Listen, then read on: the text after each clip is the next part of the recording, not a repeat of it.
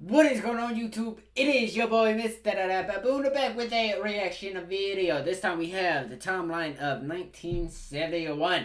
And if you guys seen the timeline for 1970, that means this one should be a good one as well. So let me know if you guys are excited. Check the description. I got the video link and the channel link down below in the description. If you guys want to check it out, you guys can.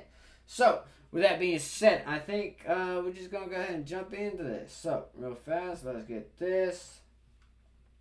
Just like that, boom, boom, full screen, boom. The 70s got off to a rough start. 1971 was still bogged down with tragedy, civil unrest, and sinister omens of the years to come. But there was still plenty of time for some classic records, some unlikely new television heroes, and the second coming of the happiest place on earth. We're going to talk about the news, culture, sports and entertainment, and all that was weird in the 70s. This is Timeline. Let's get it. I'm excited. I've seen the 1970s. That one was a good one, so I'm expecting this one Get to ready be a good for the one end too. of one crime of the century and the beginning of another, because this episode, we're talking 1971. But before we get started, be sure to subscribe to the Weird History channel. Then let us know in the comments below why the 1970s got your mojo rising. Now time to give all those other years the hairy eye and get down with 1971. It marks, as we like to say, the end of an era. The ban on television and radio ads for cigarettes, signed by President Nixon the previous year, went into effect on New Year's Day, bidding a fond farewell to the days of Fred Flintstone taking long, flavorful drags off a carton of Winston's. I got a better idea. Let's take a Winston break. Winston's got that filter blend. Shit. 4 days later, I did former not know heavyweight that. champ Sonny Liston was discovered in his home by his wife Geraldine. Although his death was ruled an accidental overdose, there were signs of a possible struggle, and questions about what may have really happened remain to this day. A legendary figure in boxing, ironically, Liston's most famous fight was a 7th-round loss in 1964, when the heavily favored champion lost his title to an up-and-comer named Cassius Clay. They might be stopping it. That might be all, ladies and gentlemen. Get up there, Joe. Get up there. Get up in the ring. From Television City in Hollywood. Boy, the way Glenn Miller played. Songs that made the hit parade. See, now this one I do know about. We had it made. Those were the days. Charles Manson and 3 girl members of his so-called family all were found guilty of murder in the first degree. The end of January closed the book on one of the 20th century's most notorious crimes, when Charles Manson was convicted of his involvement in the Tate LaBianca murders on January 25th. Manson and 3 of his followers, Susan Atkins, Patricia Krenwinkel, and Leslie Van Houten, were sentenced to death for the brutal slayings that took the lives of 6 people. But their sentences were reduced to life in prison following a temporary ban on capital punishment in the state of California. Manson famously modeled part of his twisted worldview on the lyrics to the Beatles' song Helter Skelter. Wonder how hard he took the Fab Four's breakup. A similar fate awaited Manson's 4th co-conspirator later that year, when Tex Watson was convicted of 7 counts of first-degree homicide on October 12th. Watson had been tried separately after fleeing to Texas and fighting extradition for several months following his arrest. Tex is currently serving a life sentence. Elsewhere in crime and punishment, NYPD officer Frank Serpico was shot during a bust on February 3rd.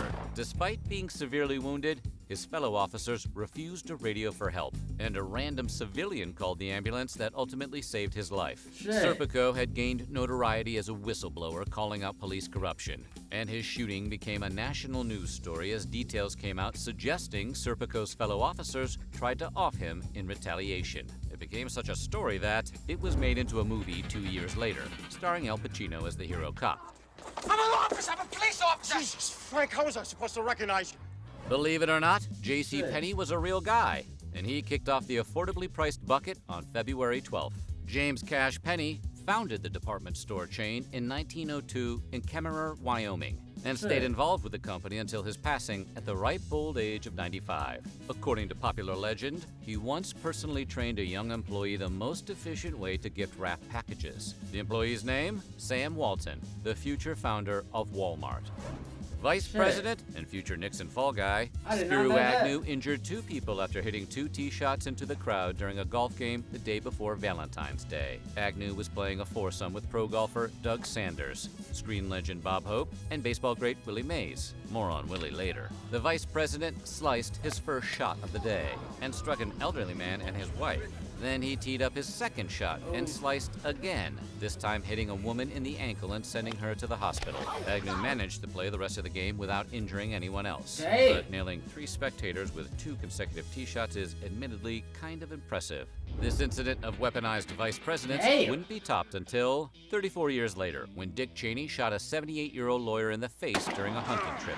Luckily, the man's injuries weren't serious, because no one could agree on how much beer had been present at the time of the incident. Butterfield, are you aware of the installation of any listening devices in the Oval Office of the President? A day after the golfing incident, Nixon had a secret taping system installed in the White House. Nixon had grown increasingly paranoid and demanded constant surveillance of every conversation that took place in the Oval Office, his executive office, and his office at Camp David, as well as several phone lines. It was the beginning of the Watergate scandal, which will continue to play out in the next episode. No spoilers. The Watergate scandal became a whole new ballgame. Moving into March, the Doors frontman Jim Morrison left the United States for the last time on March 11th. Morrison packed his bags and left for Paris. The Lizard King was trying to avoid a Miami jail sentence stemming from his indecent exposure conviction the previous September. The story of one of rock's most iconic performers would end just a few short months later, when Morrison passed away in the City of Light on July 3rd at age 27. The 1970s had another member to the infamous 27 Club.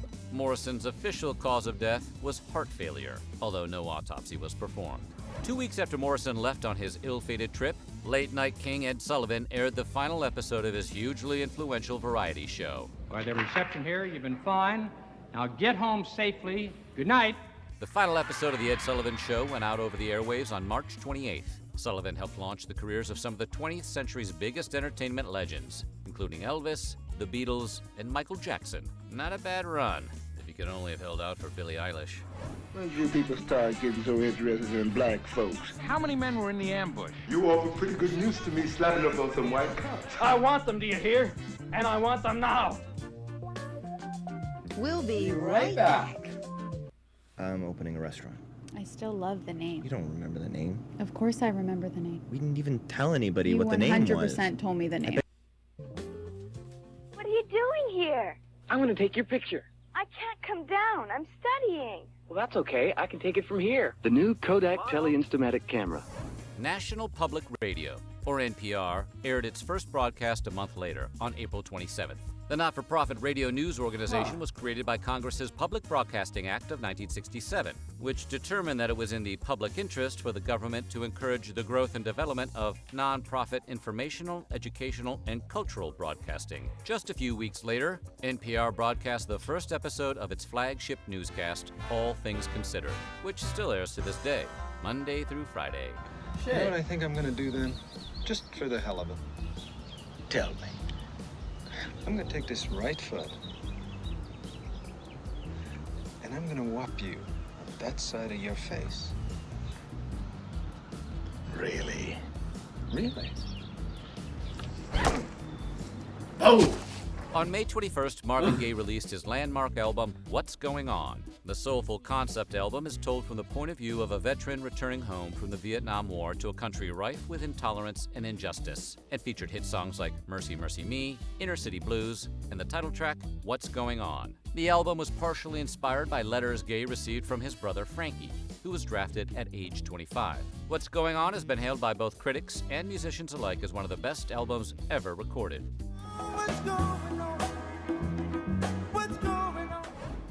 Just a few short months after watching the vice president devastate some unsuspecting voters at a golf game, baseball legend Willie Mays hit his 638th career home run with the San Francisco Giants. There's a swing and a long drive to deep left center field, and you can tell it.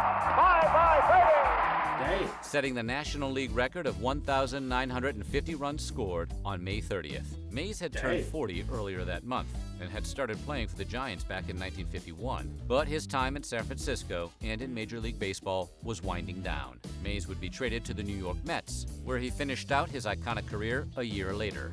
Returning to the world of music, about 1,000 Grateful Dead fans drank apple cider spiked with LSD during a concert on May 31st. Whoopsies. And presumably took a long, strange trip to the venue's bathroom. A little over 30 concert goers got themselves checked out at a nearby hospital, but no one was hospitalized by the incident. So if Ben and/or Jerry is watching, they might get an idea for a new ingredient to spice up Cherry Garcia. Hi, I'm Ben. I'm Jerry. And LSD ice cream is very powerful stuff. Where are my manners? Shit. I didn't even introduce myself to you gentlemen. My name is John Shaft. Freeze. The day after Independence Day, President Nixon ratified the 26th Amendment, which lowered the legal voting age from 21 to 18. The amendment was partially in response to criticism of the Vietnam War, in which the average American serviceman was 19 years old. The slogan, "Old enough to fight, old enough to vote," became a popular chant for activists leading up to the amendment. The following day, music legend Louis Armstrong passed away at age 69. After a career spanning nearly 50 years, the jazz trumpeter's trademark gravelly singing voice remains one of the most recognized in the history of popular music. And his signature hit, What a Wonderful World, is still in regular rotation, ironically, often in depressing movie montages. Moving into August, the summer came to a close with the death of SeaWorld's flagship performer, Shamu the Killer Whale. In case you never did the math yourself, SeaWorld's famed mascot Shamu isn't one impossibly elderly killer whale, but actually a name given to several different orcas over the years. The original Shamu was a female captured as a juvenile and sold to SeaWorld in 1966, but Shamu experienced a rapid and shocking decline in the months leading up to her death.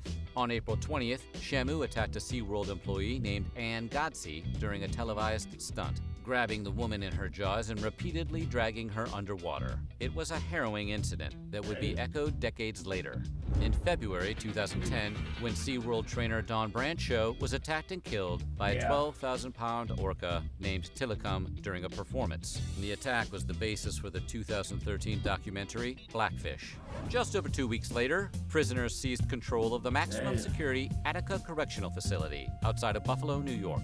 Over 1,200 inmates captured an exercise yard and held 39 guards and prison employees hostage for 4 days, until Governor Nelson A. Rockefeller finally instructed state police to retake the prison by force. When the dust settled, of the 39 inmates and hostages who died, all but 4 were slain by police gunfire, and 89 others were injured. The 4-day insurrection at New York's Attica State Prison came to a tragic end. I did not know about that. Negotiations gave way to force, making this the bloodiest prison. No, I will say, it's definitely crazy.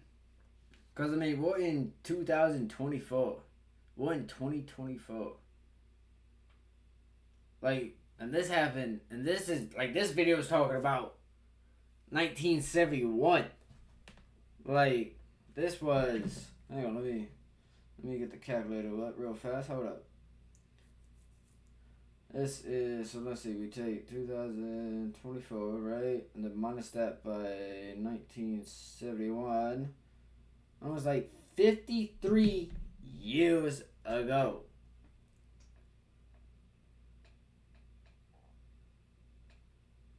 Like, isn't that crazy?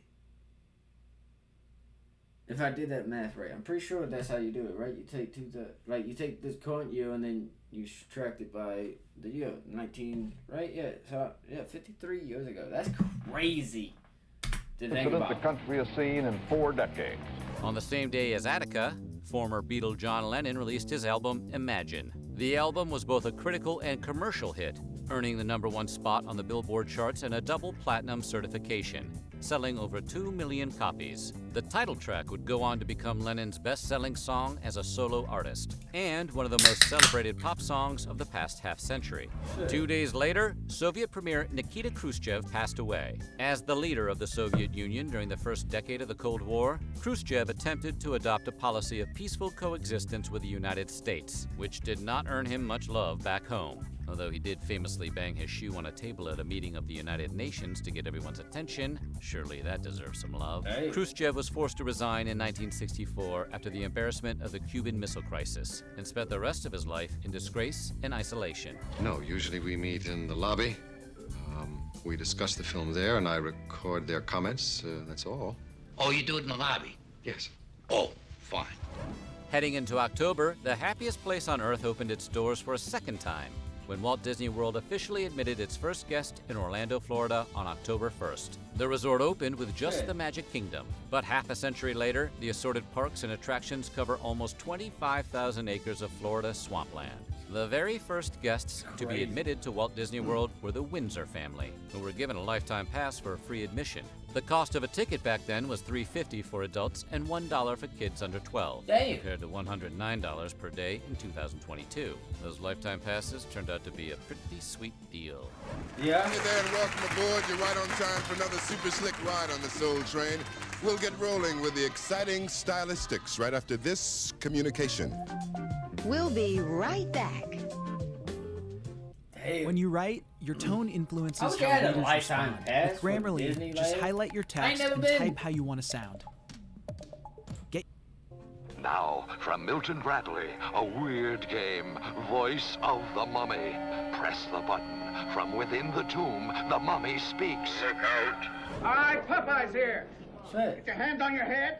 Get off the bar and get on the wall. Come on, move out. All right, come on. Hands face the window. Move. Face the wall. Turn around there. Turn around. Move. Andrew Lloyd Webber and Tim Rice's famous musical Jesus Christ Superstar debuted on Broadway October 12th. The musical is a loose retelling of the gospel as a tongue-in-cheek rock opera, so it didn't generate any controversy whatsoever. Before they became the two biggest names in musical theater, Webber and Rice were unable to secure funding to produce Jesus Christ Superstar as a show, so they released it as a concept album that generated enough buzz to finally land them on Broadway. The show was a smash hit and held the record for the longest-running musical in London's West End until it lost the title to Webber's 1981 musical, Cats.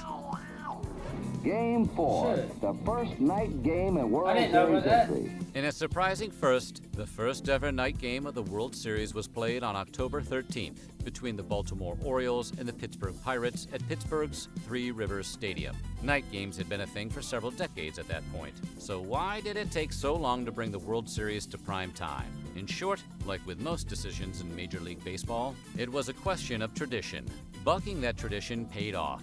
The game drew an estimated 63 million viewers, the largest audience ever for a nighttime sporting event. The end of October sadly claimed another rock and roll icon when Duane Allman of the Allman Brothers Band tragically perished in a motorcycle crash on October 29th. Skydog was driving along a highway in Macon, Georgia, when he lost control and collided with a truck. The title and artwork of the Allman Brothers Band's 1972 album, Eat a Peach, is both a reference to a quote from Duane Allman and the circumstances of his tragic accident. In an eerily ironic twist, just over 1 year later, the band's bass player, Barry Oakley, would fatally crash his own motorcycle into the side of a city bus in Macon, not far from the site of Duane Allman's accident. The Los Angeles Lakers began their historic 33-game winning streak November 5th, defeating the Baltimore Bullets, now the Washington Wizards, 110-106. Led by NBA greats like Wilt Chamberlain and Jerry West, the team went on an epic 2-month tear that remains both a league record and the longest undefeated streak in American professional sports. Pop icon Cher scored her first solo hit when Gypsies, Tramps, and Thieves reached #1 on the Billboard charts November 6th. Although she's gone on record in recent years as not thinking much of the song herself, it was an undeniable smash that revived her career as a solo artist. Gypsies, Tramps, and Thieves shipped over 1 million copies in the U.S., earning it a gold certification and making it the best-selling single in the history of MCA Records at the time. Sticking with music, British rock group Led Zeppelin released their fourth untitled album, generally referred to as Led Zeppelin 4, 2 days later. In addition to being the band's highest-selling album, Led Zeppelin 4 is notable for containing Stairway to Heaven, the group's signature hit and one of the most famous classic rock songs of all time. So famous, Mike Myers wasn't allowed to play it. No stairway. Denied. 3 days later, counterculture icon and godfather of gonzo journalism, Hunter S. Thompson published the first part of his signature work, Fear and Loathing in Las Vegas, in Rolling Stone magazine. The serialized novel, which follows Thompson on a drug-fueled bender while attending a race on assignment for Sports Illustrated, is a chaotic blend of fact and fiction that also serves as a post-mortem of the hippie movement of the 1960s. The book was a hit, and while several attempts were made to adapt it into a film over the years, a movie wouldn't be released until 27 years later, when surreal filmmaker and Monty Python alumnus Terry Gilliam successfully adapted Thompson's work into the 1998 film of the same name, starring Johnny Depp as Thompson. Wait! We can't stop here. This is bad country. One of the most enduring mysteries of American crime went down the night of November 24th, when a man calling himself D.B. Cooper hijacked Northwest Orient Airlines flight. Then that happened in the 70s? That happened in 71? Damn. For some reason, I don't know why, but I was thinking that happened in like the 80s. Or like maybe at the end of like maybe 79. For some odd reason, I was thinking it happened around there. I didn't think it happened 71. Shit. At 3:05, heading from Portland to Seattle. Shortly into the flight, Cooper gave flight attendants a note, claiming he had a bomb and would detonate it if he didn't receive a hefty ransom. After briefly landing the plane to collect $200,000 in ransom money, Cooper parachuted out of the rear of the plane mid-flight and was never seen again. More than half a century later, he has never been conclusively identified. Maybe he was just really freaked out about going home for Thanksgiving. I want to say, I think I seen a video. I don't remember the name of the dude, but someone said they think they might know the dude. But I think he passed away in like 2000 something. So we would never know. Plus, they found something on D.B. Cooper's tie. I think that's what they said. Like, it was like something that's very small. Like, all eyes could see it. But, like, you know, the microscope thing, right? That could. I'm pretty sure. Don't quote me on that. I could be wrong. But I think I might be right. I think. But don't quote me on that. You want to be great? You need to sacrifice. The French have their Roquefort, the Dutch their Edam, but in America, the cheese is Cracker Barrel. Cracker Barrel brand cheddar from Kraft. Moving into December, the Soviet space probe Mars 3 became the first spacecraft to soft land on the surface of the red planet on the 2nd of December. For reference, a soft landing is essentially the opposite of a crash landing. The probe touched down on December 2nd in the middle of a massive dust storm. 9 days after its sister probe, Mars 2, crash landed on the planet. Although the lander failed shortly into the mission, the Mars 3 orbiter continued to circle the planet and transmit data and images back to Earth for the next 8 months. 8 days later, musician Frank Zappa failed to achieve orbit when a deranged fan shoved him off the stage during a performance at London's Rainbow Theatre on December 10th. Zappa was in the middle of a cover of the Beatles' I Want to Hold Your Hand when the fan rushed on stage and threw him off. He suffered serious injuries that left him confined to a wheelchair for over a year. Recalling the incident in his 1989 autobiography, The Real Frank Zappa book, Zappa wrote, "The band thought I was dead." Just a few days earlier, a fan fired a flare gun during one of Zappa's performances and set fire to the Montreux Casino in Geneva, Switzerland. The fire inspired Deep Purple, who were performing with Zappa that night, to write their signature song, Smoke on the Water. On the same day as the Zappa attack, an unknown filmmaker named George Lucas unwittingly made history when he founded his production company, Lucasfilm, in San Rafael, California. Before it became known as a workshop of dreams beloved by every adolescent action figure collector, Lucasfilm was a decidedly small operation. At the time, the creator of Star Wars and Indiana Jones had only the dystopian sci-fi film THX 1138 under his belt, and was still a few years away from changing movies forever with his blockbuster space opera. Flash forward to 40 years later, when Lucas would sell Lucasfilm to the Walt Disney Company to the tune of $4 billion. That's a lot of power converters. Yeah?